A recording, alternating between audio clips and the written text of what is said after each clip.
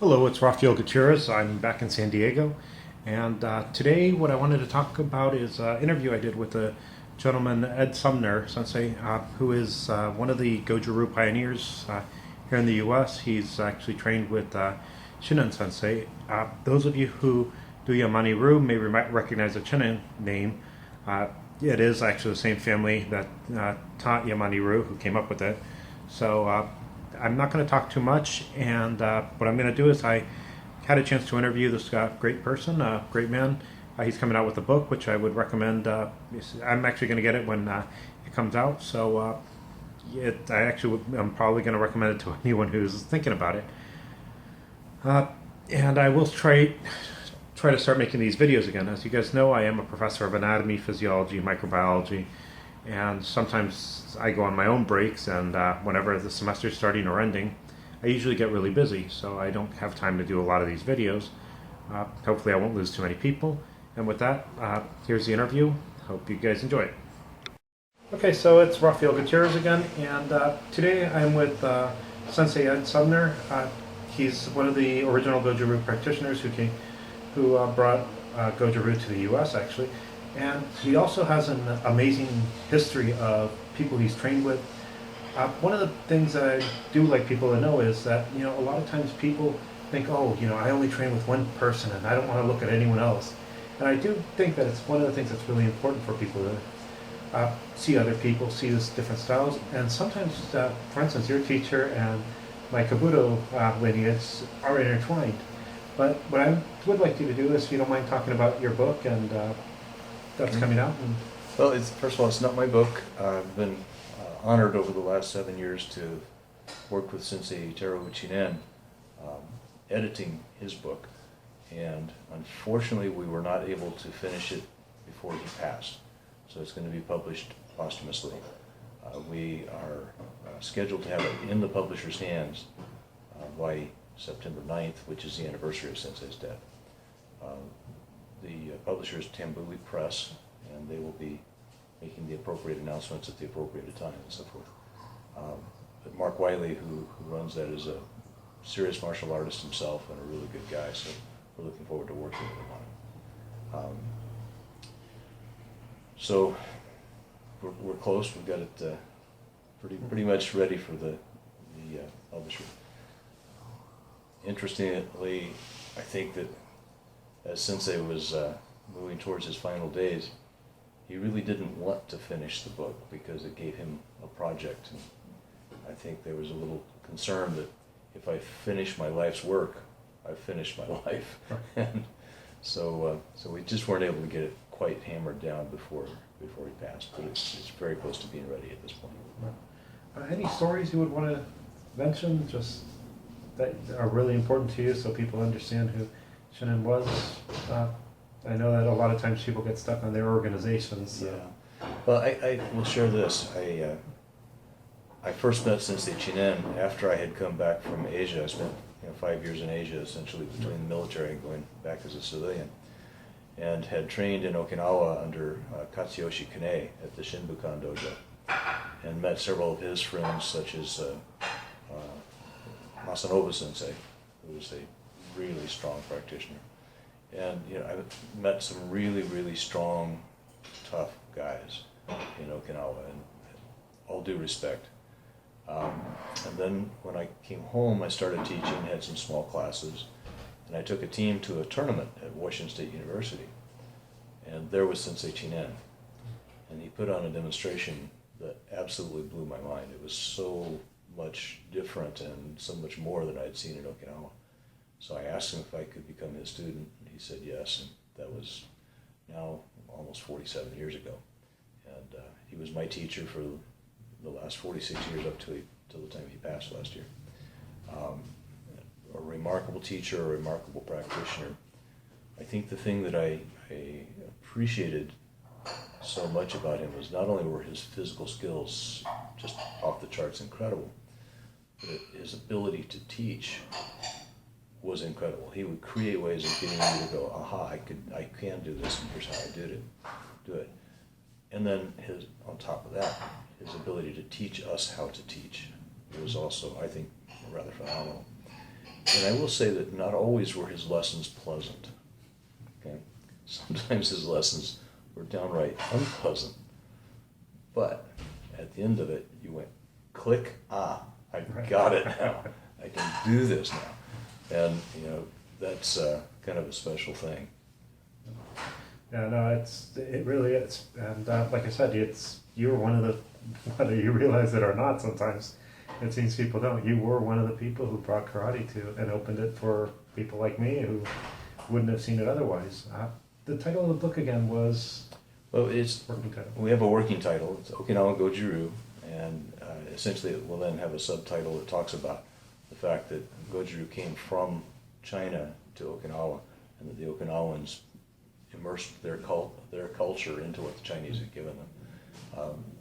Interestingly, over a period of time, as I would run into other martial artists, occasionally I'd run into some younger guy who'd say, well, you know, karate's a lot better than that kung fu stuff. And my first reaction is, well, have you ever studied the history of karate? Karate is kung fu. It's just kung fu filtered through Okinawan culture. And you know, when you read that Kanryo Higaonna went to China to train and came back and taught Miyagi, then you got to realize there's some Chinese stuff going on in there somewhere. You know, so Sensei was very cognizant of that and very interested in how the Chinese element of the art came to Okinawa and what the Okinawans did with it. And so the book will focus somewhat on that. So if someone were to look at for the book once it's published, do they look under Ed Sumner or Teruo Chinen? Teruo Chinen. He will be the author. I just served as editor, and one of my friends who's also very instrumental in getting this book published, a gentleman named Bob Davis in Richland, Washington. Bob is also one of the non-adams under Sensei Chinen. Bob's been immensely helpful in the last several years in terms of corrections, printing. He owns a printing business, and so he's been really helping in terms of giving us something hard to look at so we can make corrections and that sort of thing. And he's also an engineer, so he's meticulous about making sure everything's exactly perfect, and it's really been a huge help. But he mentioned one time a year or so ago about, well, it's wonderful that you put all this work into this thing for no pay. And I said, well, what you need to understand is the work is the pay. You know, being able to work on this project with Sensei Chinen has just been, you know, a wonderful thing. And every Sunday morning for nearly seven years, at 7 o'clock, Sensei and I had an appointment on the telephone. Right. And those were just precious hours of time spent with him and working towards this process. And sometimes he'd have something specific he wanted me to do with the text of the book. And sometimes we'd talk about life in general, and sometimes it would be about his childhood. He had just all kinds of different subjects, but it was time really well worth spending with him. And of course we would have our face-to-face meetings. If he was going to a seminar in Las Vegas, I'd go to Las Vegas and sit down with him, and we'd catch moments of time. We went to the Ozawa tournament in Las Vegas a couple of years ago, and since they had a whole bunch of us there to do a demonstration at the beginning of the tournament, and worked us till 3-4 o'clock in the morning preparing for this. And then as he finally says, okay, everyone go get some sleep, I'm thinking, thank goodness, because I'm exhausted. And just as I about hit the door, he says, "That's Sumner." "Yes, Sensei. Come to my room. We work on the book." I was like, "Oh, heaven help me." But we did, and I managed to make it through. And it was a great experience all the way around. Yeah, no, I bet. It's like I said, you're talking about one of the people who's legendary. And yeah. Sensei, you know, something that not everyone's necessarily aware of, but he grew up 2 doors down from Choji Miyagi's Garden Dojo. And as a little kid, he wasn't training karate yet, but as a little kid he was kind of aware that here's this guy that everyone seems to really respect. And one afternoon he was out playing in the front yard like little kids want to do, and Miyagi says, "Boy, come here." And he says, "Of course I ran over there because, you know, you didn't disrespect this man." He says, I didn't even know yet for sure why everyone gave him such respect, but I knew he was respected.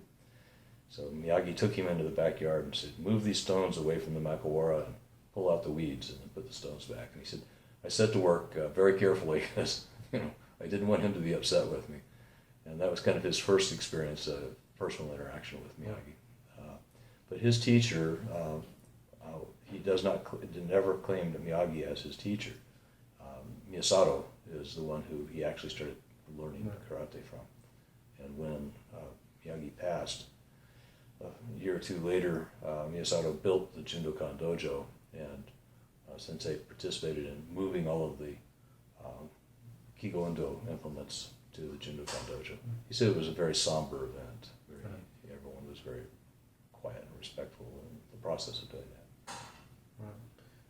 Any advice you would give to anyone starting, or?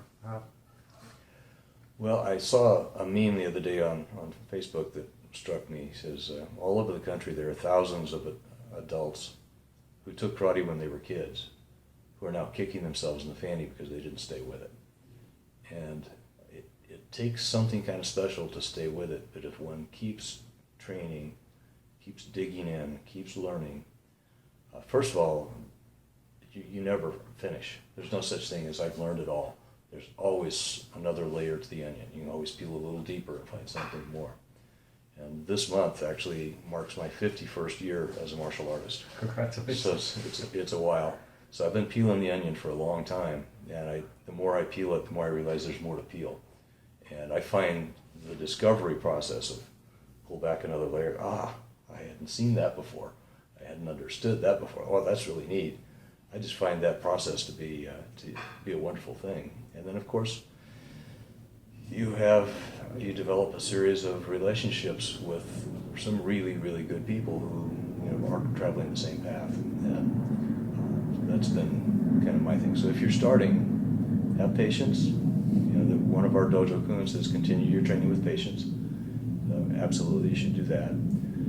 The third item on our list of dojo kun currently reads, practice earnestly with creativity. But years ago, it was translated a little differently. It was translated to cast about the search earnestly. I still kind of like that version because we're searchers. Once you enter the martial arts, you do it because you're curious. You want to find stuff out. You want to dig deeper. And sometimes you're digging more deeply on the spiritual side of the path, and sometimes you're digging more deeply on the physical side of the path. But look for things and search for things. Search for a better way. Is there some mechanical thing here that I don't have right yet that I can make better?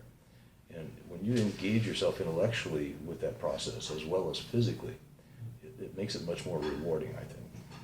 Just curious, I know that you trained in Taekwondo, Tangsu, Goju-Ryu. I bounced around a lot early on. I started in Judo, actually. Oh, Judo. And I was at the Judo at Goodfellow Air Force Base in Texas. And I'd been there for about 4 or 5 months. And a lot of the other guys had rotated out, so I was beginning to be one of the, quote, senior students as this 4 or 5 month white belt. And then a fellow came into the dojo one night, and he was exactly my size. My height, my weight, same build. And so, of course, we got paired up. And immediately he starts just beating the heck out of me, wrapping me in knots and so forth. I asked him, I said, so have you done judo before? And he goes, no. I said, did you do high school wrestling? No. So, dang, this is frustrating. So one night I go to practice a little early, and I walk in, and there he is wearing a different kind of gi and a black belt doing these things called kata. And at that point, oh, you rascal, you do this karate stuff, huh? He goes, yeah. And I said, okay, well, teach me. And I just bugged the hell out of him until he would start showing me some standing basics and moving basics, which is about all the karate stuff I got before I got sent to Asia. And then once I got to Asia, it was like total immersion, jumped right into it. My very dear friend, my senpai, and my older brother, Jim Botsford, I had come from Okinawa. He was already a black belt when I stumbled into the dojo as a beginner. And, I knew standing basics and a little bit of moving basics, and that was about it. And Jim just adopted me. He tucked me under his wing, showed me where not to go in the Philippines so I wouldn't get killed, and what not to do in the Philippines so I wouldn't get killed. And also just started really, he taught me kotaki te, which means he beat the crap out of me every night for months. but that completely changed my karate, and my learning curve went like this because we're training 4 to 6 hours a day, 5 to 6 days a week, and so that was a tremendous help. Well, Ed, I'll let you finish it. With anything else I could listen all day. So. Well, I don't know what else you'd be looking for, but if you're kind of addressing this to folks who are getting started in the martial arts, cast about the search earnestly. Go after it, and continue your training with patience. Keep training. It pays off. Yeah. Thanks a lot. And the publisher is going to be Tambuli Press. Tambuli Press. So I'll probably put a link on there so Okay. people will be able to find your book when it comes out. Super. Well, I guess you're saying not your book, but Sensei Chinen's book. Chinen's book. Yeah, exactly. Okay, great. Thanks. Okay, thank you. Yeah. I think